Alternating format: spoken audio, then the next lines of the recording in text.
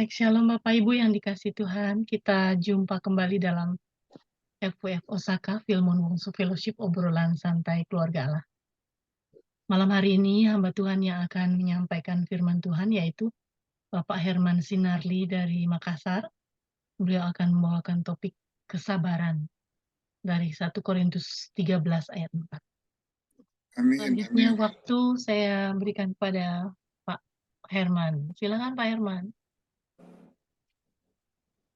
Ya, terima kasih Bu Melani, Bu Ayu atas kesempatannya.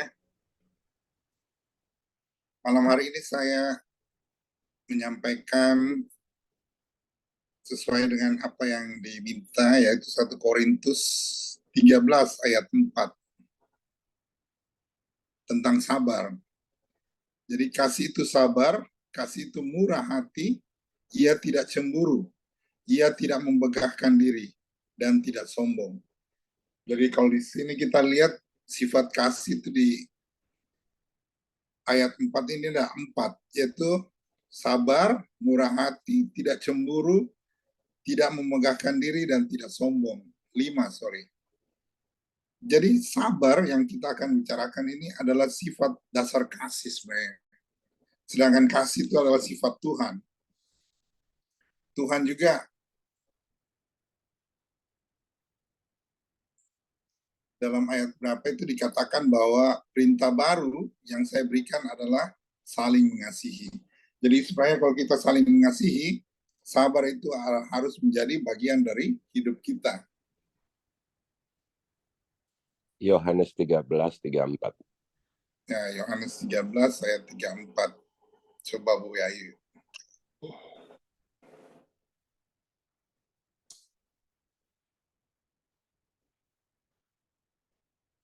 Yohanes 13 ayat 34. Aku memberikan perintah baru pada kamu, yaitu supaya kamu saling mengasihi, seperti aku telah mengasihi kamu.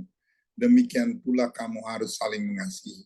Jadi kalau kita mengasihi, berarti kita mengalami sesuatu yang mengecewakan, kita tetap sabar. Jadi kasih itu sabar. Nah, bagian ini sebenarnya menggambarkan kasih itu sebagai suatu kegiatan atau kelakuan. Jadi bukan sekedar suatu perasaan saja. Perasaan batin atau motivasi. Jadi segi-segi kasih yang beraneka ragam dalam ayat-ayat ini menunjukkan sebenarnya adalah sifat Bapa, sifat Anak, dan sifat Roh Kudus.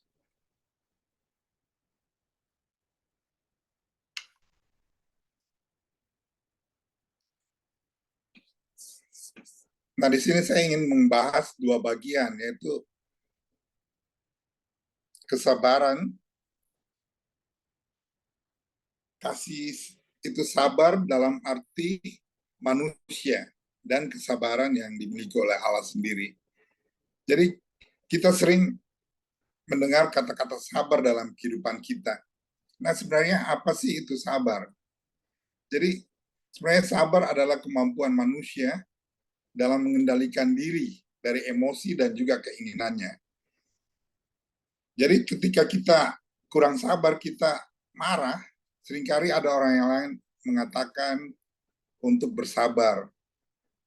Apakah itu orang tua kita atau guru kita, mereka juga mengajarkan kita untuk bersabar. Nah, di era yang penuh ketidaksabaran ini, kita bisa melihat bahwa ketidaksabaran itu dalam antrian saja kadang-kadang kita tidak sabar. Waktu berlalu lintas pun kita kadang-kadang tidak sabar. Menunggu traffic light, dan bahkan menunggu waktu tepat untuk menikah pun kadang-kadang kita tidak sabar. Padahal semua adalah waktunya Tuhan. Jadi secara manusiawi, setiap kita ini punya kadar dan cara bersabar yang berbeda-beda. Jadi ada orang yang dibesarkan di keluarga yang sabar, sehingga bagi mereka bersabar terhadap orang lain cenderung jauh lebih mudah daripada mereka yang dibesarkan di keluarga yang tidak sabaran. Tetapi seperti kita sudah lihat sebelumnya bahwa sebenarnya sifat kesabaran itu adalah sifat kasih. dari buah roh adalah sifat yang bukan berasal dari natur manusiawi sebenarnya. Jadi saya atau kita semua ini bisa bersyukur kalau kita hidup di dalam Tuhan. Karena mereka lah yang Tuhan lah yang menjadi teladan kesabaran kita. Karena dia mau menumbuhkan sifat kesabarannya yang ilahi itu di dalam hidup kita. Nah, kita juga harus ingat bahwa firman Tuhan sudah mengingatkan bahwa kemarahan itu tidak mengerjakan sesuatu yang baik di dalam diri kita. Dan itu juga tidak berkenan di hadapan Tuhan. Lalu apakah kita tidak boleh marah? Jadi sebagai orang percaya, kita boleh marah, tetapi ada syaratnya. Firman Tuhan mencatat jikalau kita harus terpaksa marah, perhatikanlah dengan baik firman. Jadi dalam Efesus 4 ayat 26 dikatakan bahwa apabila kamu menjadi marah, janganlah kamu berbuat dosa. Janganlah matahari terbenam sebelum padam amarahmu. Jadi kalau kita marah pun, kita jangan menyimpan itu sampai besok, sampai malam hari. Nah, dengan situasi kondisi kita saat ini ada berbagai krisis ya, apakah itu krisis ekonomi, tapi terutama bagi kita ini banyak di antara kaum Kristiani itu malah krisis iman. Jadi krisis iman itu sebagian kita ini menjadi sulit percaya akan pertolongan Tuhan lagi.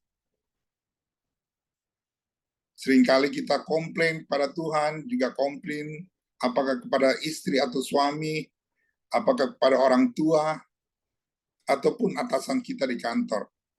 Nah, kalau kepada atasan mungkin kenapa kita harus dirumahkan, kenapa gaji kita harus dipotong, kenapa fasilitas saya harus dikurangi, dan sebagainya. Jadi, kita sering marah dan kata-kata sabar itu menjadi sangat langka.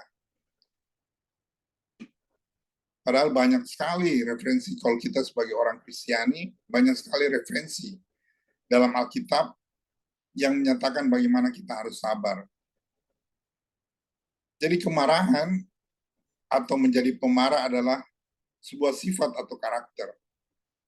Jadi kalau seseorang sering marah, apalagi dengan situasi atau kondisi saat ini, itu akan membentuk karakternya menjadi pemarah. Sementara kalau mengatakan bahwa kita adalah orang Kristen, kita sudah ditebus sebenarnya dari cara-cara yang lama. Jadi cara-cara yang lama kita itu termasuk dari seorang pemarah harusnya menjadi lebih sabar. Jadi sifat marah ini harus dienyahkan dari kehidupan kita. Sebab dalam 1 Petrus 1 ayat 18 dikatakan, sebab kamu tahu bahwa kamu telah ditebus dari cara hidupmu yang sia-sia yang kamu warisi dari nenek moyangmu.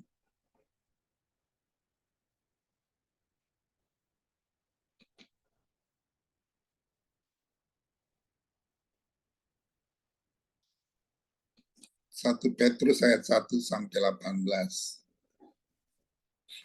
Sebab kamu tahu bahwa kamu telah ditebus dari cara hidupmu yang sia-sia yang kamu warisi dari nenek moyangmu itu bukan dengan barang yang fana, bukan pula dengan perak atau emas, melainkan dengan darah yang mahal, yaitu darah Kristus yang sama dengan seperti darah anak domba yang tak bernoda dan tak bercacat. Jadi sebenarnya sifat marah itu sudah harus hapus dari hidup kita kalau kita sudah hidup di dalam Yesus, kita sudah hidup di dalam kasih karunia-Nya. Itu menjadi barang yang sudah lama bagi kita, menjadi barang yang fana.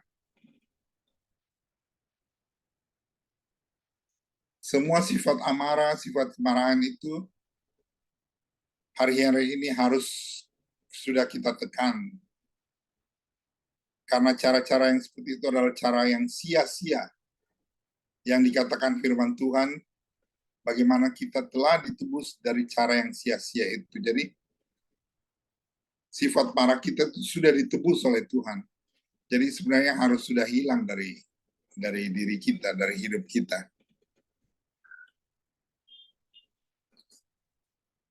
Jadi meskipun begitu, bersabar itu adalah juga sebuah pilihan dan butuh latihan. Nah, dalam Amsal sangat banyak menegaskan orang yang sabar dan orang yang marah. Ada beberapa contoh kitab Amsal, antara lain 29 ayat 11. Dikatakan orang bebal melampiaskan seluruh amarahnya, tetapi orang bijak akhirnya meredakannya. Dalam Amsal 20 ayat 3 dikatakan, terhormatlah seseorang jikalau ia menjauhi perbantahan, tetapi setiap orang bodoh membiarkan amarahnya meledak. Jadi Amsal di sini berkata bahwa jika kita menjauhi perbantahan, jadi perbantahan itu sumber dari kemarahan, sumber dari ketidaksabaran. Jadi kita harus menjauhi hal itu. Karena hal itu cuma punya orang bodoh. Sehingga akhirnya dia mendekat dan amarahnya bisa meledak. Dalam Amsal 14 ayat 17 dikatakan, siapa lekas naik darah berlaku bodoh, tetapi orang yang bijaksana dia bersabar. Jadi hanya orang bijaksana lah yang bersabar. Orang yang Amsal 14 ayat 29 dikatakan orang yang sabar besar pengertiannya. Tapi siapa cepat marah membesarkan kebodohan. Jadi beberapa Amsal mengatakan bahwa apabila kita marah, sebenarnya kita saat itu berlaku bodoh dan tidak ada bijaksananya. Nah, yang terakhir dikatakan dalam Amsal 16 ayat 32, Amsal 16 ayat 32, orang yang sabar melebihi seorang pahlawan. Jadi kalau kita sabar, kita malah lebih dari seorang pahlawan. Orang yang menguasai dirinya melebihi orang yang merebut kota. Jadi kita seakan-akan orang yang merebut kota, orang yang luar biasa ya.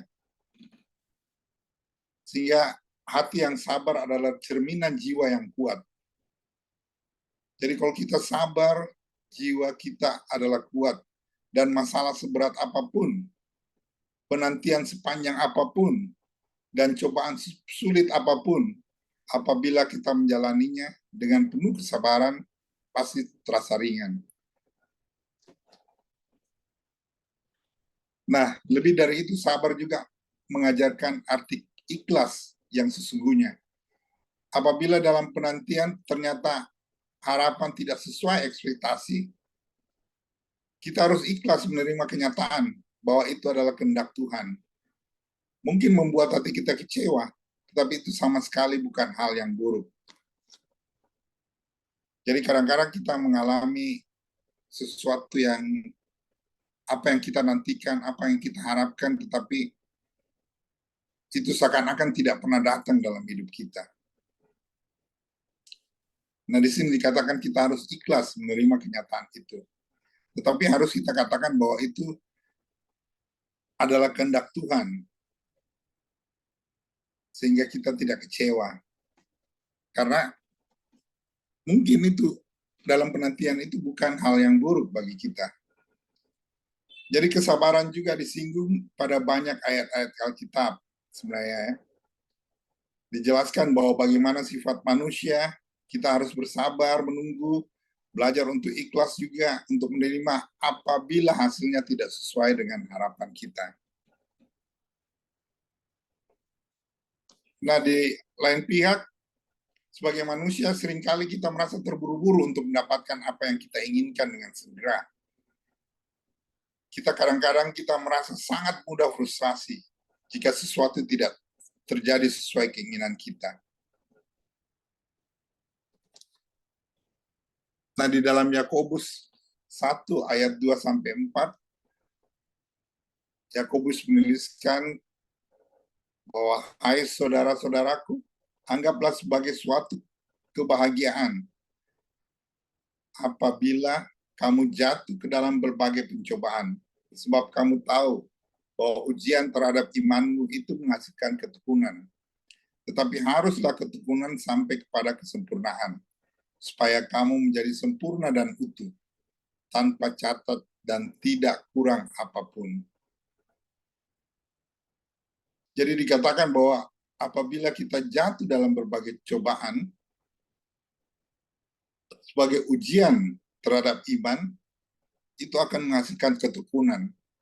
Kenapa kita tekun? Karena kita melewati suatu ujian. Nah, kalau kita kuat, tekun, sabar, maka kita akan sampai pada kesempurnaan. Menjadi sempurna menurut Yakobus. Jadi ayat ini juga mengajarkan bahwa ketika kita menghadapi ujian dan cobaan hidup, kita harus bersabar, harus bertekun dalam iman kita.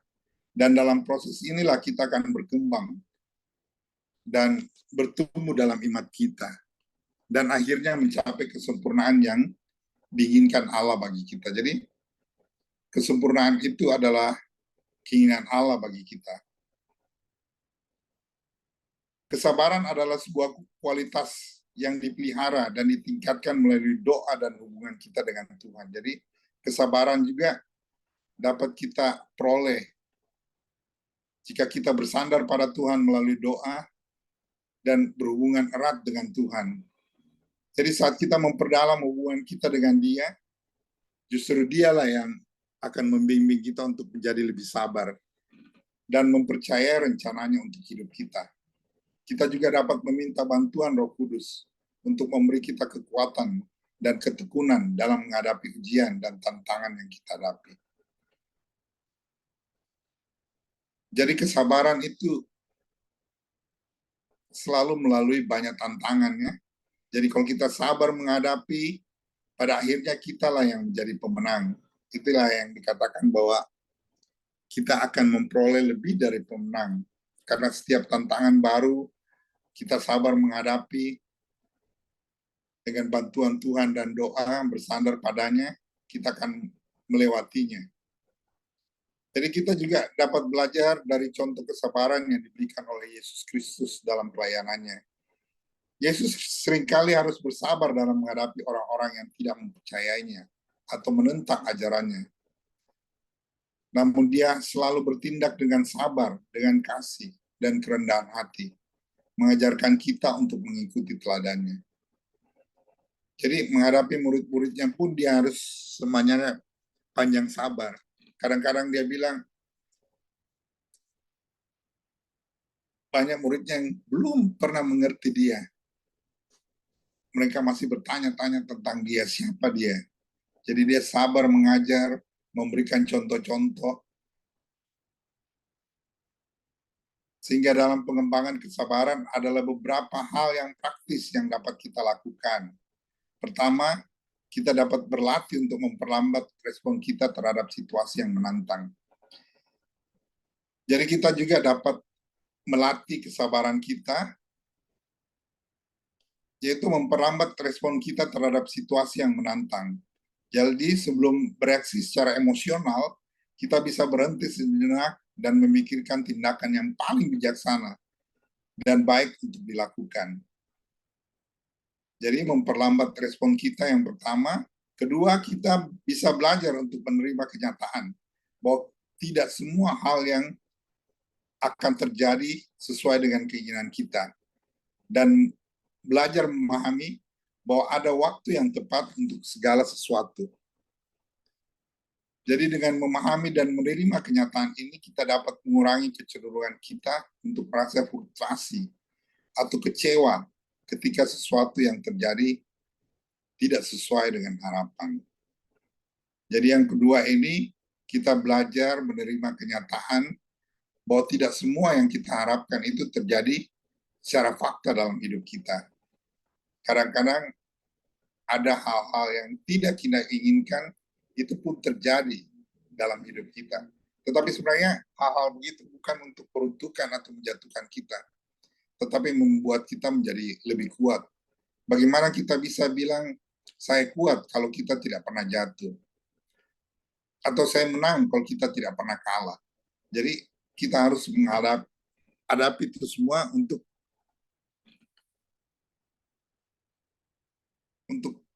sesuatu yang kita harapkan. sesuatu yang dapat terjadi sesuai dengan harapan kita. Nah, yang ketiga, kita bisa memperdalam hubungan kita dengan Tuhan dan meminta bantuannya untuk memperkuat kesabaran kita. Salah satunya dengan mengandalkan Roh Kudus. Kita bisa memiliki kekuatan dan ketekunan yang diperlukan untuk menghadapi segala sesuatu yang kita hadapi dalam hidup. Jadi yang ketiga adalah memperdalam hubungan kita dengan Tuhan. Memohon bantuannya untuk memperkuat kesabaran kita. Dan kita mengandalkan Roh Kudus.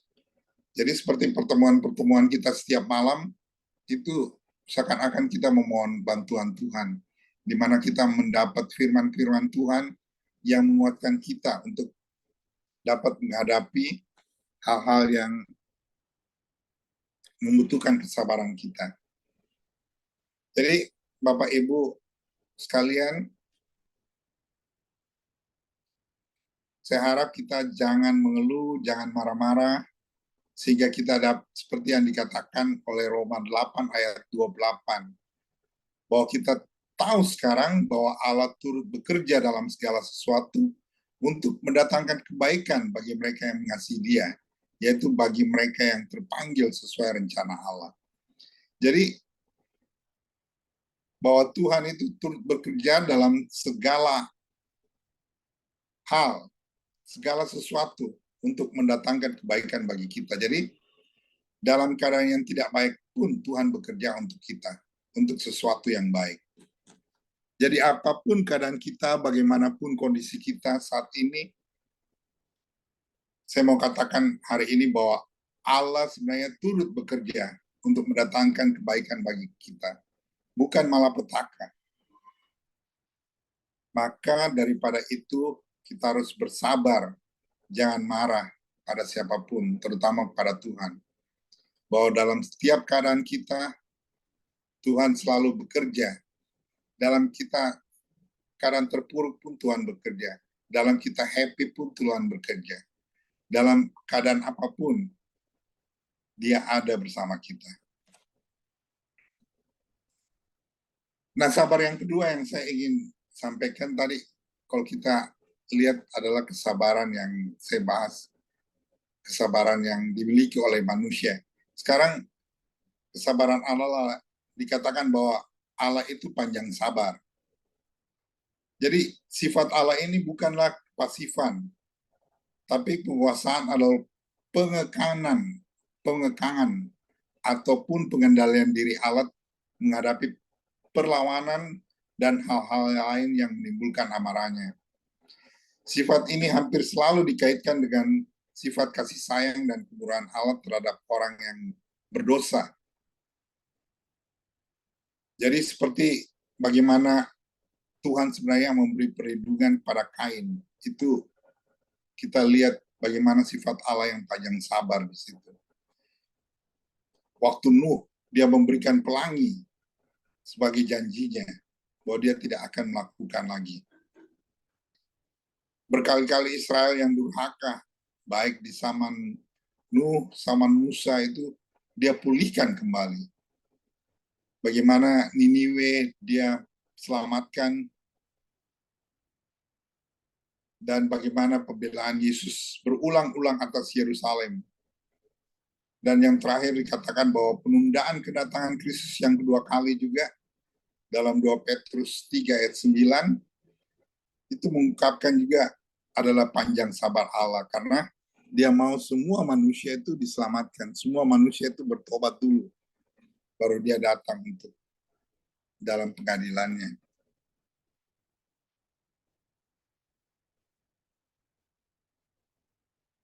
Jadi 2 Petrus 3 ayat 9,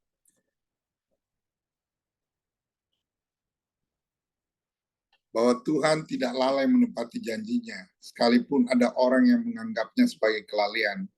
Tetapi Ia sabar terhadap kamu karena Ia menghendaki supaya jangan ada yang binasa, melainkan supaya orang berbalik dan bertobat. Jadi panjang sabar Tuhan itu adalah supaya kita berbalik pada Dia, bertobat pada Dia.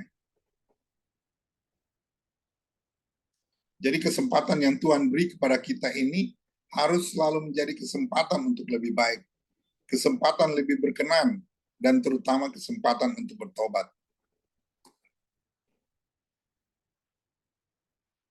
Seperti kalau suami dan istri, anak dan orang tua, kalau kita belum terima Tuhan Yesus, sekaranglah kesempatan kita menerima Yesus.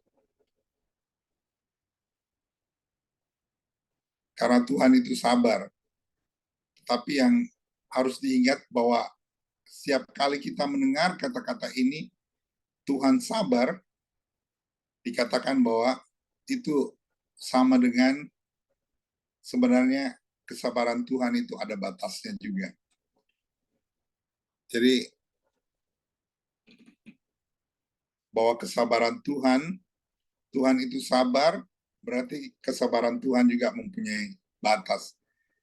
Jadi kesabaran Tuhan ada batasnya itu kita lihat dari 2 Petrus 3 ayat 8. Akan tetapi saudara-saudaraku yang terkasih, yang satu ini tidak boleh kamu lupakan, yaitu bahwa di hadapan Tuhan 1 hari sama dengan 1000 tahun, dan 1000 tahun sama dengan 1 hari. Jadi walaupun 1000 tahun, tetapi itu berarti tetap ada batasnya. Setelah 1000 tahun, berarti Tuhan akan melakukan sesuatu. Berbeda dengan bisa sewaktu tiba-tiba, seperti gambaran kedatangan Tuhan, bagaikan pencuri yang datang pada saat orang-orang tidak berjaga-jaga. Nah, kalau kita lihat ayat 10-nya, 2 Petrus 3 ayat 10, tetapi hari Tuhan akan tiba seperti pencuri. Pada hari itu langit akan lenyap dengan gemuruh, dan yang dahsyat, dan unsur-unsur dunia akan hangus dalam nyala api, dan bumi dan segala yang ada di atasnya akan hilang lenyap. Jadi itu kita lihat bagaimana bahwa kesabaran Tuhan itu ada batasnya, di mana ada hari di mana hari itu adalah menjadi hari yang terakhir.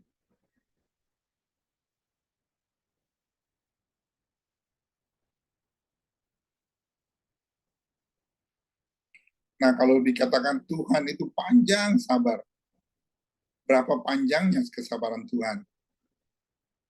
Nah, bisa saja panjang sabar Tuhan itu adalah besok. Kita tidak bisa protes. Makanya Tuhan sabar justru harus berarti ada batas sabarnya buat kita. Jadi kedatangan Tuhan tiba-tiba itu bisa saja sebentar, besok, atau memang tiba-tiba yang kita tidak sangka.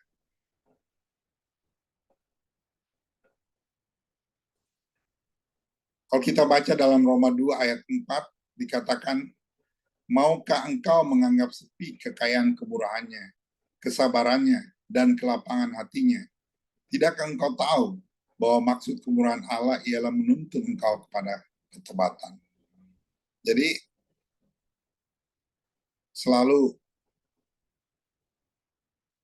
kesabaran Allah atau kemurahan Allah ialah menuntun kita kepada pertobatan.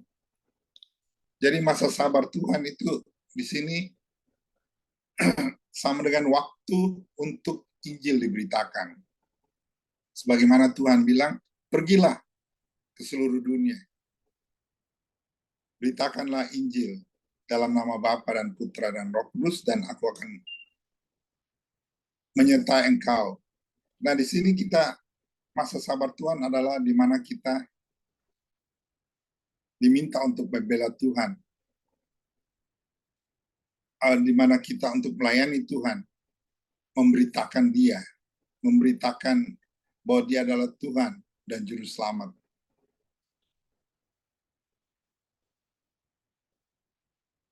Yaitu memberitakan Injil ke seluruh dunia.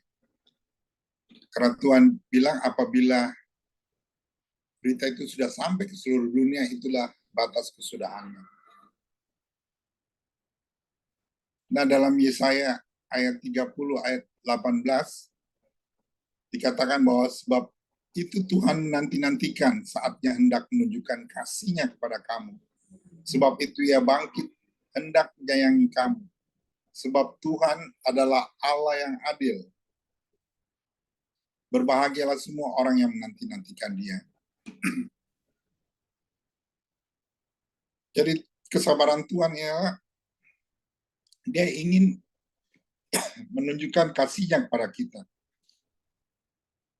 Karena Dia menyayangi kita. Sehingga Dia katakan bahwa kalau kita menanti-nantikan kita akan berbahagia. Jadi saat kita mengalami teguran Tuhan, sebenarnya Tuhan sedang menanti-nantikan saat hendak menunjukkan kasih-Nya kepada kita.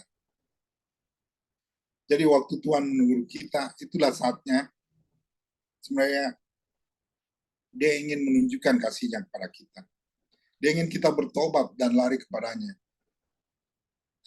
Tuhan itu sayang pada kita, sehingga Ia memberi kesempatan kita bertobat.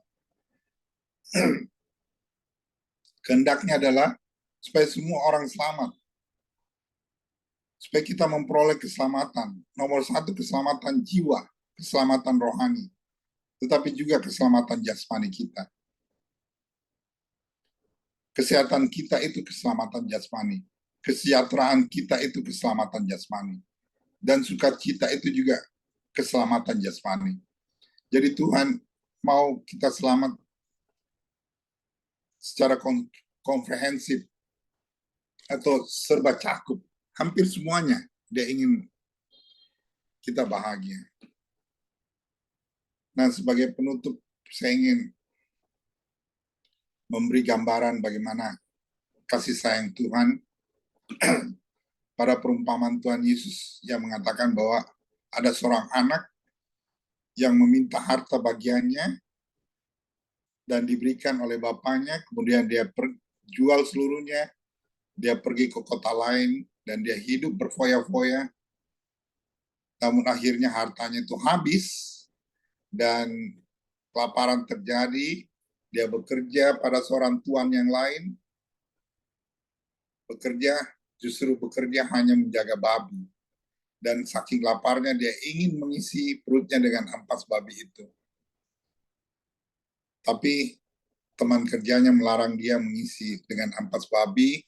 Kemudian dia teringat pada bapaknya, bahwa di rumah bapaknya begitu banyak orang yang mendapat makanan. Kenapa aku tidak pulang ke sana? Dan dia pulang. Dia rencana pulang untuk menjadi hamba dari bapaknya juga. Menyerahkan hidupnya kepada bapaknya hanya untuk menjadi pembantu saja, menjadi budak.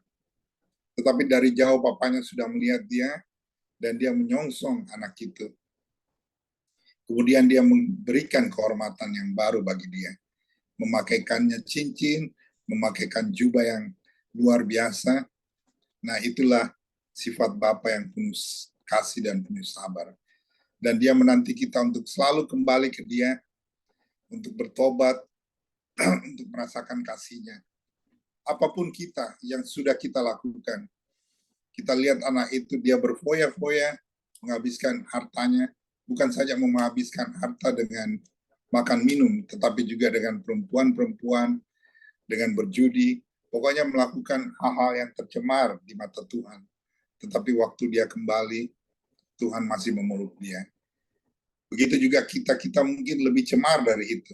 Tetapi kalau kita kembali, Tuhan adalah sabar. Dia tidak marah apa-apa. Dia mengampuni kita. Dan dia akan menerima kita. Terima kasih. Demikian Ibu Ayu, teman-teman. Apa yang boleh saya sampaikan tentang kesabaran. Ya. Tuhan berkati. Mohon Pak Herman berdoa, habis itu kita akan diskusi. Ya, baik. Ya Bapa, terima kasih ya Tuhan. Kami setiap hari merasakan kasih-Mu. Ternyata di dalam kasih-Mu ada kesabaran-Mu terhadap kami. Terhadap setiap langkah kami yang salah, Engkau tetap sabar. Engkau tetap menanti kami untuk datang kepadamu. untuk datang ke pelukan. Engkau pasti menyongsong kami setiap kami kembali datang, walaupun dalam keadaan kami tercemar. Ya Bapa, Kau berkati setiap teman-teman yang hadir di tempat ini ya Tuhan. Berkati juga teman-teman yang belum sempat hadir juga di tempat mereka masing-masing. Karena kami percaya kasih-Mu, panjang sabar-Mu selalu menyertai kami. Di dalam nama Yesus kami berdoa. Amin. Amin. Terima Thank kasih you. Pak Herman. Amin. Terima kasih Mak Wo.